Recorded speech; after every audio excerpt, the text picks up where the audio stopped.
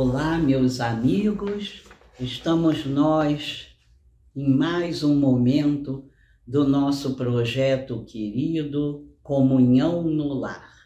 Esses momentos em que paramos as nossas pequenas ações do dia a dia, o nosso fazer automático, para pensar um pouco maior, para pensar em Deus, para pensar em Jesus, para nos iluminar com a bendita doutrina espírita. Bendita doutrina que é luz, que é amor e que é caridade. Nós hoje vamos pensar só um pouquinho sobre um texto que está no livro Caminho, Verdade Viva e Vida, da coleção que se chama Fonte Viva, uma coleção impressionante de mensagens de Emmanuel psicografadas por Chico Xavier. A cada livro, a cada mensagem desses livros, nós temos ensinos profundos. Hoje eu escolhi a mensagem que se chama Velar com Jesus. Como sempre, Emmanuel começa com uma citação evangélica. Eu vou ler a citação evangélica que está em Mateus, capítulo 26, versículo 40. E voltando-se para os seus discípulos, achou-os adormecidos. E disse a Pedro: então, nem uma hora pudeste velar comigo?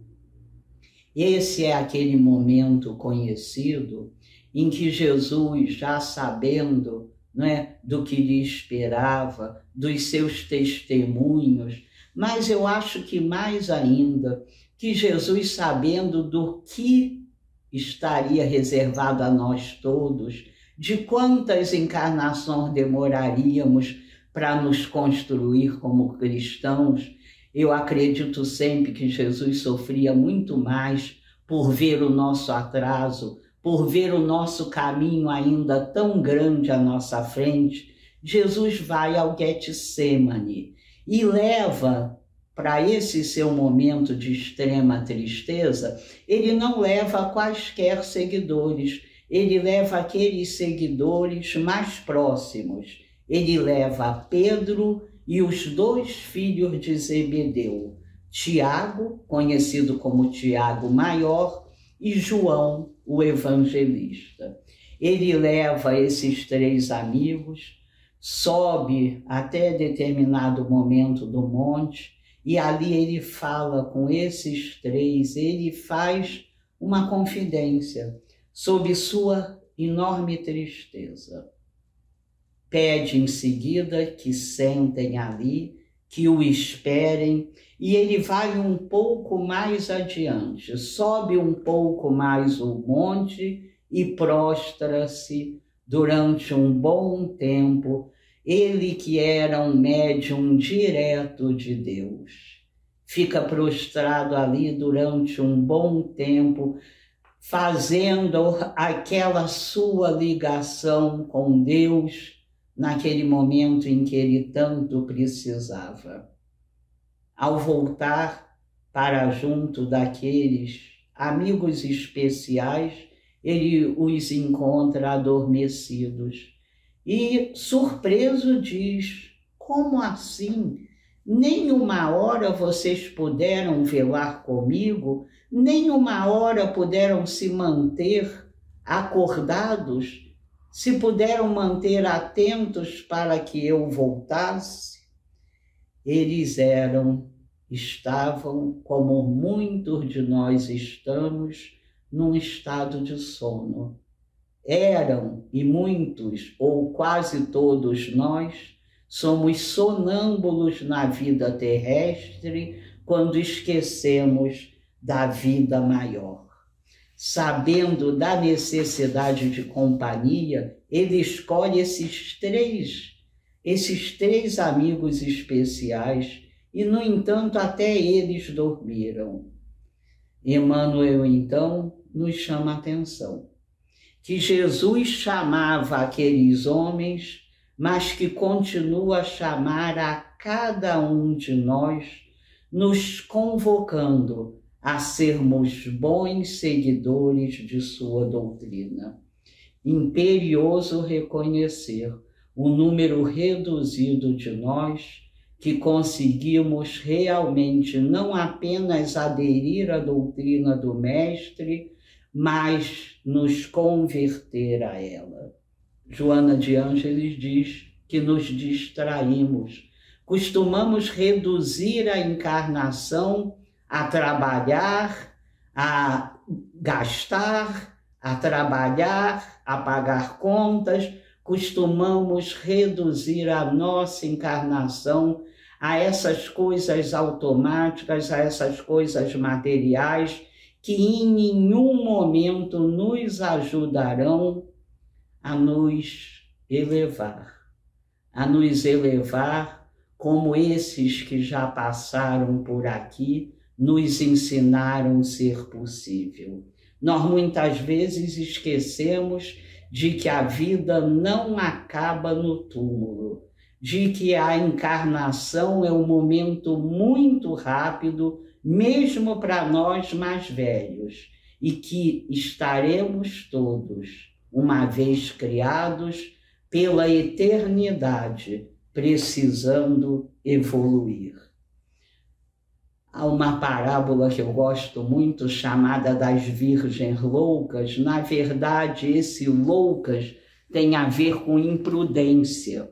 Então, Jesus conta, e lá no capítulo 24 do Evangelho, nós vamos ver a explicação de que por que Jesus resolve nos contar parábolas. Ele nos conta inúmeras parábolas, nós conhecemos muito menos do que ele contou, mas uma dessas é a das Virgens Loucas.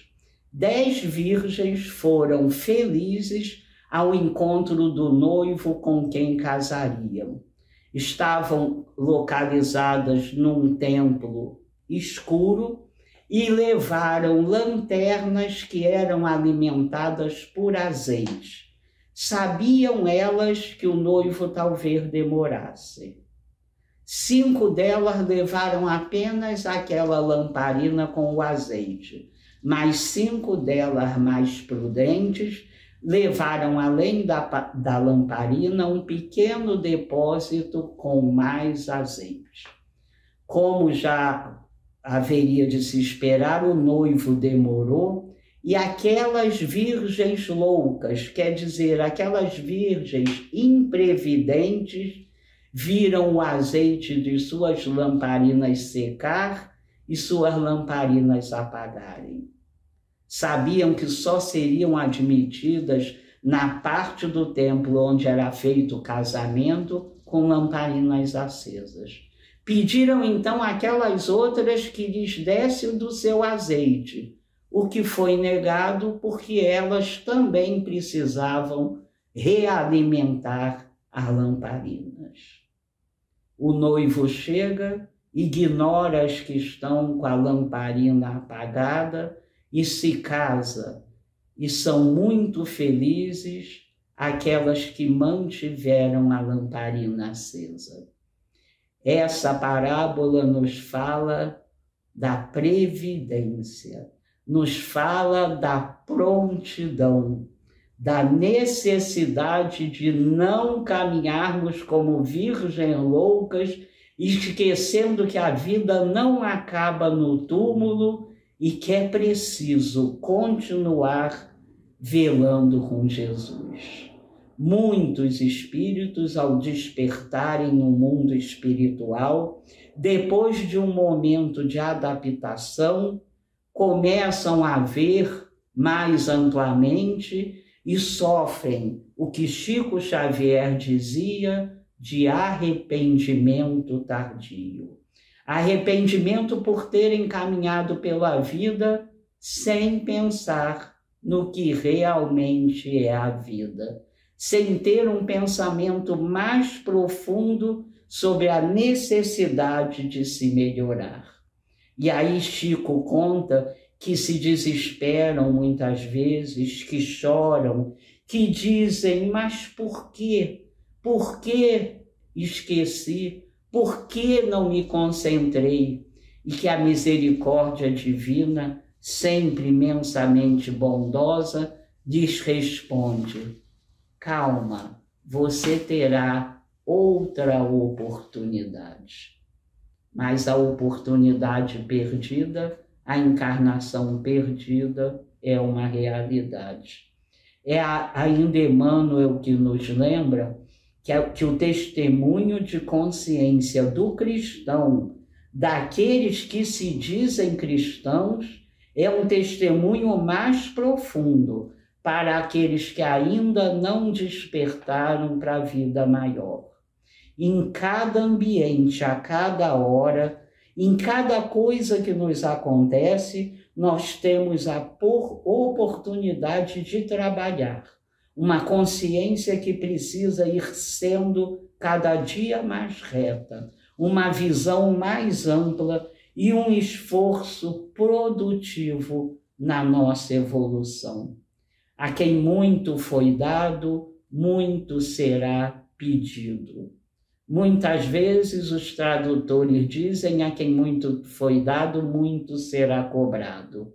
Ai de nós, se Deus nos cobrasse algo. Não, Deus não nos cobra. A misericórdia de Deus é imensa, mas é natural que a quem mais foi dado, mais seja esperado. Cada momento que passamos aqui na Terra é uma santa oportunidade para refazer conceitos e aprimorar sentimentos. Nesse exato momento, algumas criaturas estão amando, outras não. Nesse exato momento, algumas criaturas estão destruindo a natureza, outras a estão defendendo. Nesse mesmo momento, algumas estão procurando conhecimento espiritual e outras o estão desprezando. Mas não há nenhuma criatura fora da lei divina do aperfeiçoamento contínuo. Nós vamos, então, pensando sobre essas coisas e vamos entendendo que não basta ser espírita, não basta se dizer espírita, não basta frequentar casas espíritas, não basta ter inúmeros trabalhos na casa espírita, se não interiorizamos o que o Espiritismo nos traz, se não refazemos conceitos. Nós, muitas vezes, esquecemos disso. Os atletas, quando vão correr uma maratona, eles seguem uma série de dietas rígidas, de treinos prolongados e se dedicam com fidelidade para chegar a uma melhor forma física. Por que não nós também nos atermos a uma dieta, a exercícios constantes e conscientes para chegarmos a uma melhor forma espiritual? Afinal, o que viemos fazer aqui? Nós todos viemos nos curar. Os seres que estão hoje encarnados no mundo de provas e expiações são todos, sem exceção, seres imperfeitos. Viemos aqui para nos curar de preconceitos, de visões erradas sobre as pessoas, sobre os fatos e sobre a própria vida. Viemos tirar de nós o orgulho e o egoísmo, essa pedra de tropeço na nossa evolução. Nós temos vários autores que dizem, que falam sobre isso. No Livro dos Médiuns, no item 350, Kardec nos adverte: do que adianta ser espírita ao orgulhoso se continua cheio de si? Do que adianta se dizer espírita ao avarento se a avareza ainda guia os seus passos?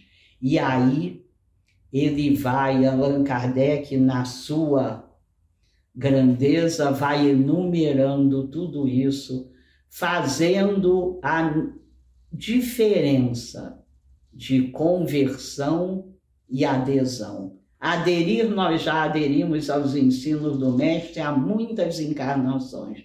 É preciso agora nos convertermos. Nós temos alguns outros autores, como Roque Jacinto, um autor antigo que nos dá uma sugestão.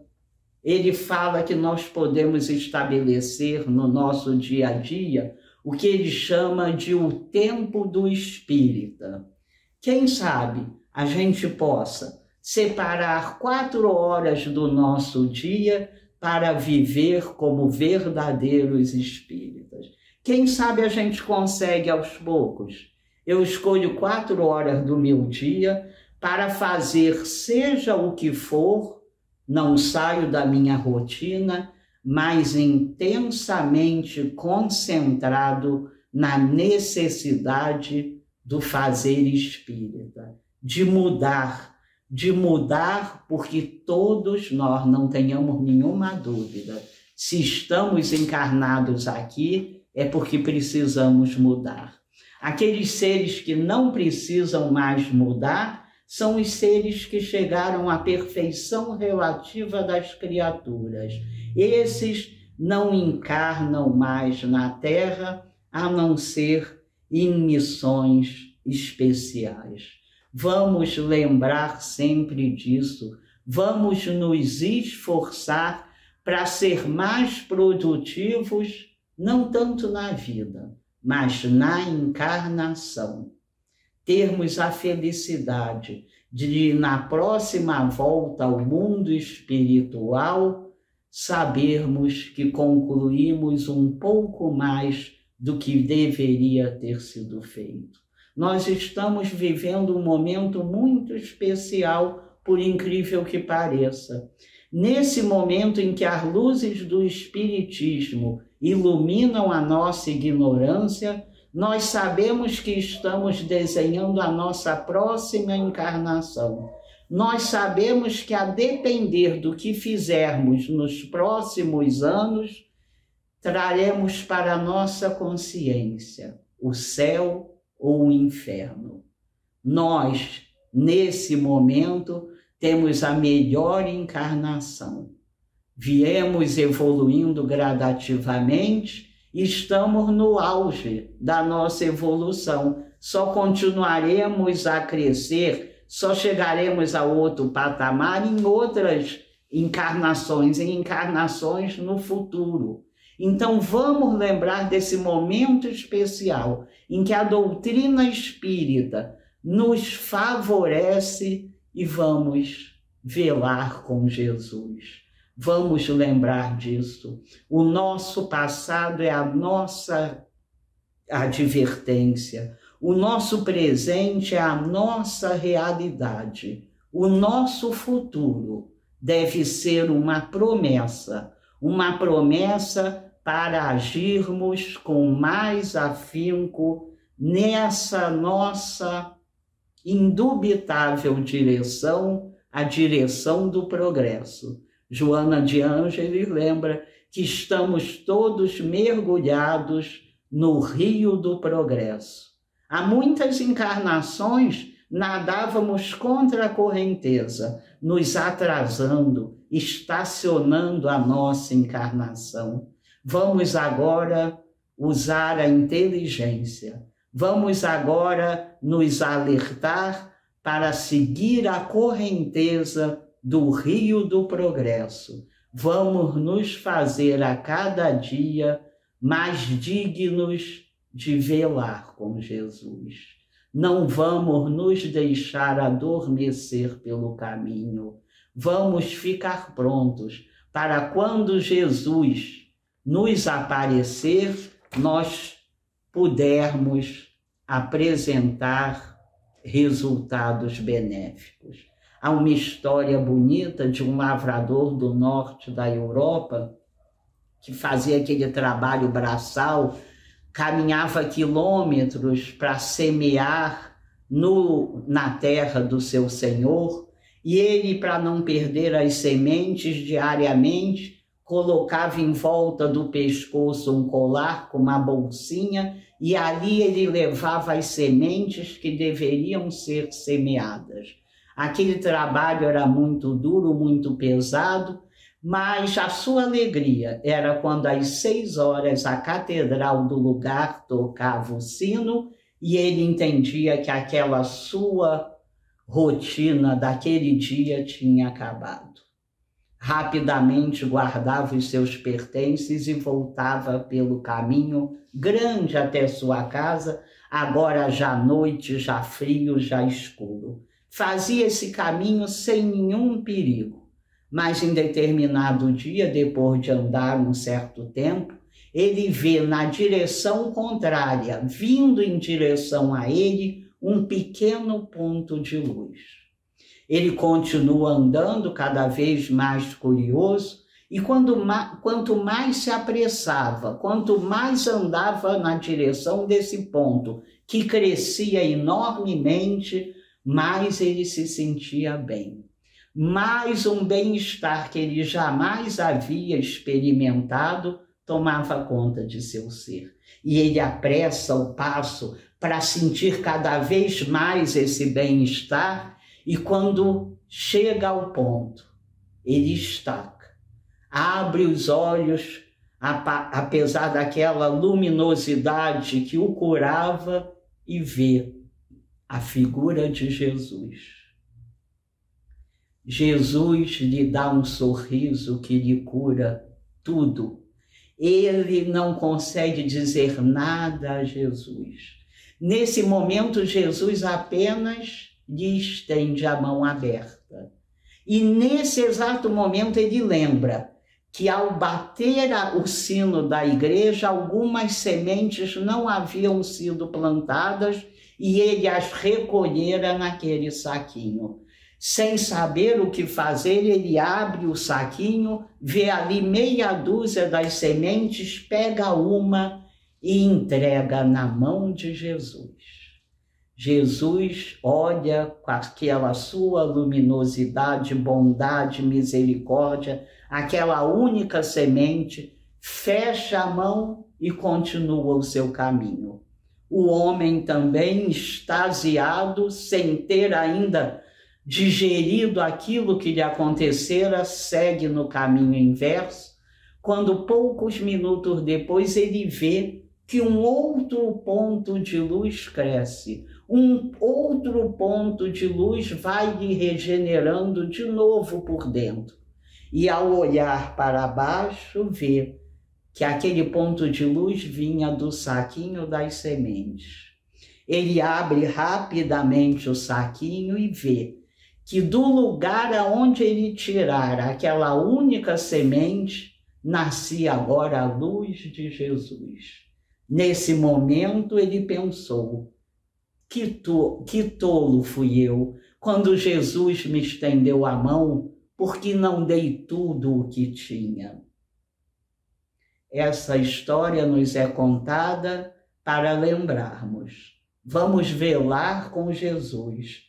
Vamos procurar a cada dia dar mais a Jesus, porque disso depende a nossa iluminação, a nossa felicidade. Muito obrigada, que Deus ilumine a todos nós, que Deus ilumine aqueles que se ligam a nós por amor e que ilumine ainda mais aqueles que se ligam a nós por rancor. Sê conosco, Jesus, graças a Deus.